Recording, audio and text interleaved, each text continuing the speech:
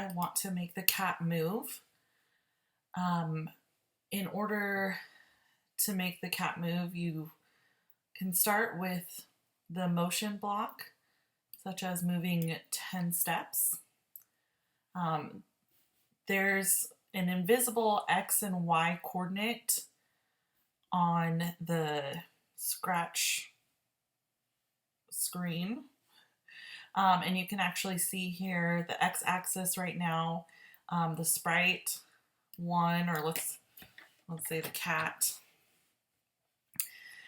is at X negative 119 and Y negative 63. But if I moved them somewhere else, the values of X and Y actually change. So you can kind of think about the X and Y axis running through this scene. So if I were to move him 10 steps, he would move in the X direction, so he would move forward. So if I just click on the block, you can see the sprite is the cat's just moving forward. But let's say we want him to actually move in multiple directions, up, down, right, and left. And I don't want to just click the block to get him to move. I want to actually be able to click the up arrow and have him move up, or click the right arrow and have him move right. So I'm going to drag this over here to get rid of that particular block. And instead, I'm going to go to change X by 10. And I'm going to need 2 of those because I want him to go both right and left. And then change Y by 10. And I'm going to need 2 of those because I want him to move up and down. So now if you look here and I click, he's moving, or he's moving that direction. Okay, so next is the actual events, or basically how to start the coding. So there's, when the green flag is clicked, that will just start the whole program. But I want to be able to control him using the up and down, right and left arrows on my keyboard. So I'm going to drag out when the space key is pressed and connect it. But I'm going to change it from a space key to, let's see, this is X. So I'm going to say right arrow. I'm going to do it again. I'm going to have the left arrow. Drag this out again. Have the up arrow and move again, down arrow. And so now when I click the up arrow or the right arrow on my keyboard, he moves, or up arrow, he moves. But notice if I click the left arrow, he is still moving to the right. Or if I click the down arrow, he's still moving up. So if you are thinking about the X and Y coordinate system here, to move left on the X-axis, it needs to be negative 10.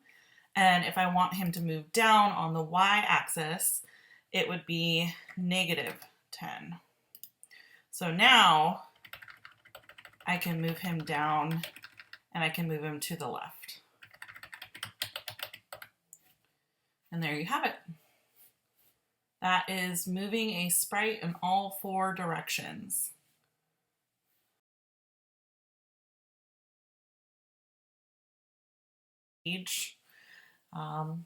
So in order to change the backdrop, if you look over in the bottom right hand corner, there says stage.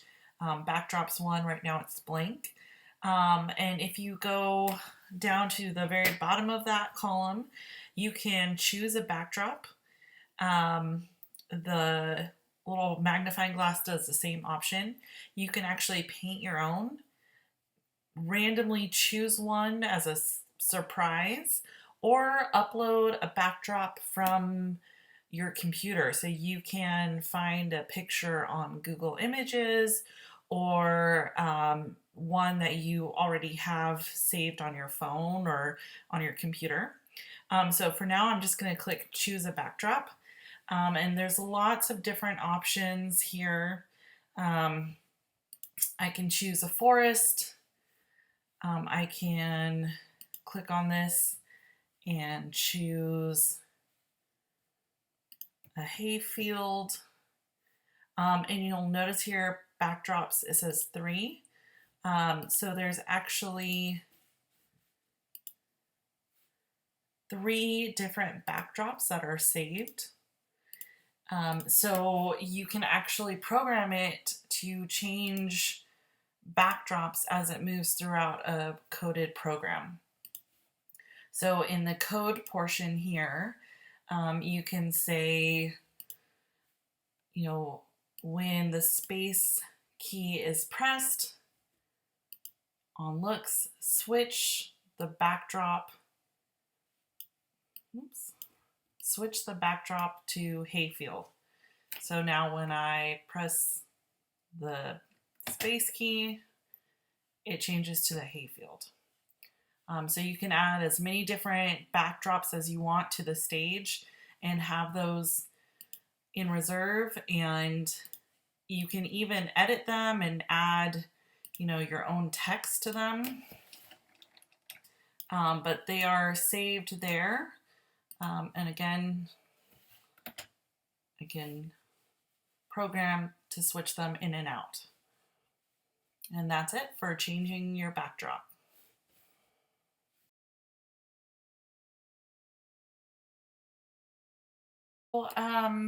Here we are talking about how to make a sprite appear and disappear. So in this section right here, there's a lot of different controls for a sprite. You can rename a sprite, so I can rename him Cat. I can change his position, say 50 and -20. I can change his size, maybe make him only 80%. And I can even change what direction he points in. And then also I can change whether he's showing or not showing. So if your sprite ever disappears, check that he's showing. But when you're actually in the middle of programming maybe a game or a project or something, you might actually want to be able to click on the sprite and make them disappear. So there is an option in the events section called when this sprite is clicked. And then in the look section, there are some codes for showing and hiding a sprite. So for example, when the sprite is clicked, I want him to hide. Maybe then I want him to wait a few seconds. So I'll go into the control section and maybe have it wait for 2 seconds and then have him show back up again. So let's try this out. I'm going to click on the sprite, he disappears, and then he reappears. And that is how you can get a sprite to appear and disappear when clicked.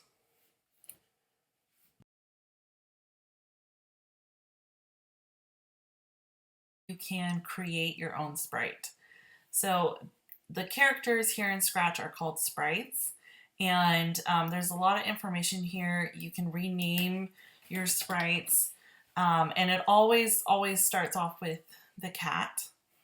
But down in this corner here, you can actually choose sprites that already have been created in Scratch. There's a lot of different options here. And so you can add multiple sprites across the board here and code for them. You know which one you're coding for when you click on it. It highlights it here, but it also shows kind of a grayed out version in the corner of your coding area. So if I switch over to Gobo here, You can see in the corner, I'm now coding for him. If I dragged any of the code out, or if I started coding for bear, the bear's there, it's blank. And so now I know I'm coding for bear. But let's say you're interested in creating your own sprite. There's the option for paint. So if you click on paint, there's lots of different options here to draw your own and paint your own, fill in. You can even do text. So you could say hello, maybe put that in a box. Let's see.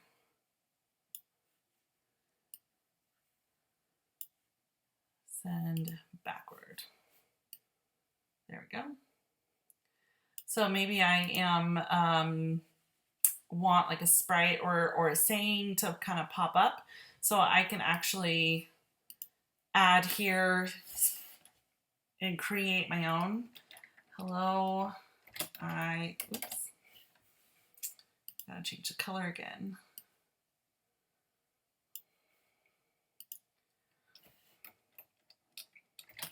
I am excited to learn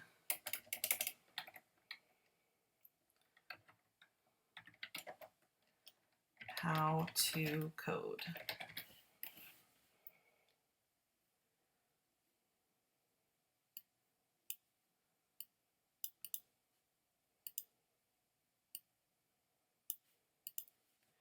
And so now this is actually a sprite here. You can see there in the picture, this is a sprite that I can specifically code for. And so right now here I am in the costumes and I'm changing it and building it and designing it. There's, shapes that I can create, squares, lines,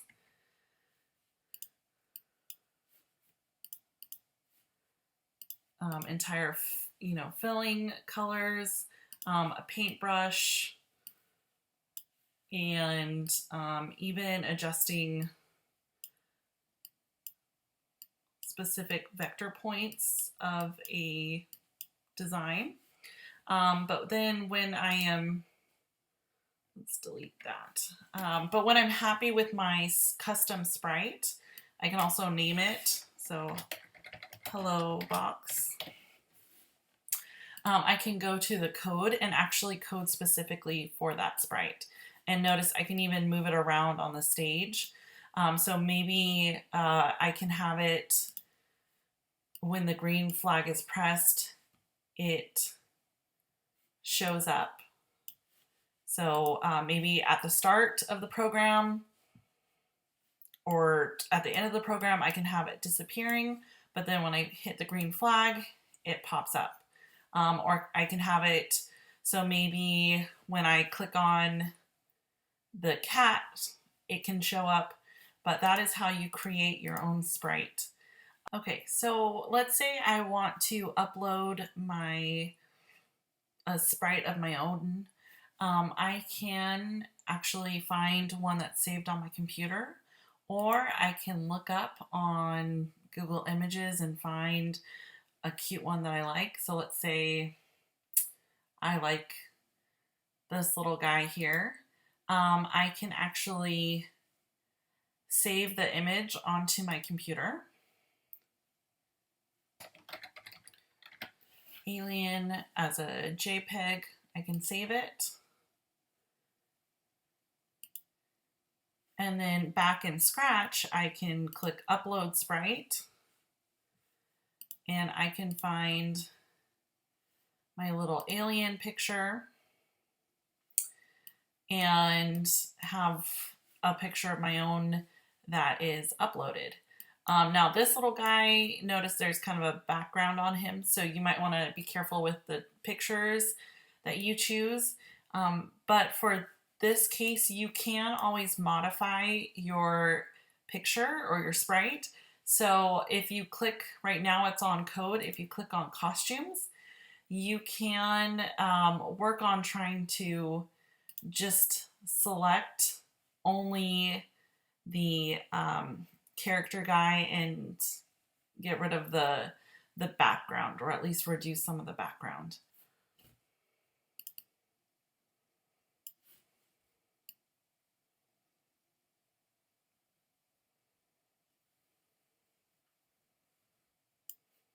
Background there. And I can adjust the eraser size and make it a little bigger or smaller as I need it. And that's it. That's how you add your own sprites, or even make your own or edit one.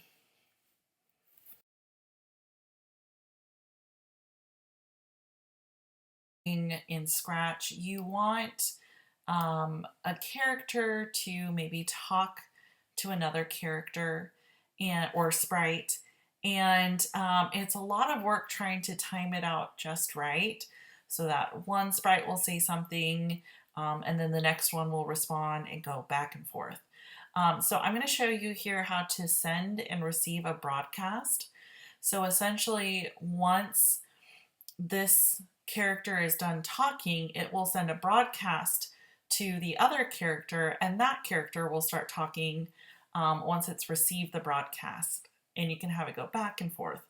So I'm going to add just another sprite here.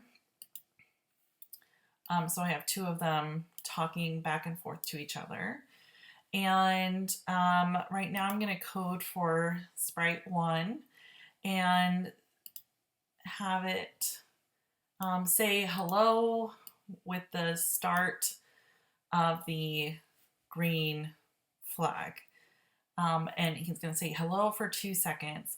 And then what I want him to do in the same events section, it says broadcast message 1, or broadcast message 1 and wait. So I'm going to have him broadcast message 1. And you can have it create a new message name if you want. I'm just going to keep it simple for now and say broadcast message 1. And then for Abby, our second sprite here, I'm going to have her receive message 1. So when I receive message 1, I'm going to go back and say hello. So when I click the green flag, he's going to say hello, and now she's going to say hello. I can have Abby broadcast another message back. So let's say she says hello, waits for 2 seconds, and then broadcasts message. Now here is where I need to change it because I don't want her to broadcast the same message 1. Maybe I want her to start a new message. So I could just say message 2. So she can broadcast message 2, and then I can click back on my cat sprite, and when he receives, right now it says message 1, so I want to drop down to message 2. So when he receives message 2, maybe he says something like, nice to meet you. So let's see this play out here. Hello, hello, nice to meet you.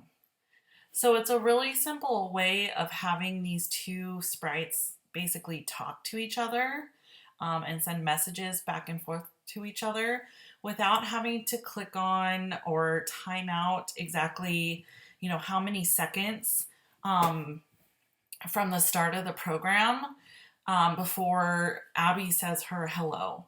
It can be difficult if you use this wait control and you're trying to figure out how long this character is supposed to talk before the next one talks. It's just much simpler to send those broadcasts or send those messages back and forth. And as you can see, you can add numerous messages, and you can name them creatively if you want to make it a little easier between like when I receive and when I broadcast different messages. But overall, it's much, much simpler to talk back and forth this way.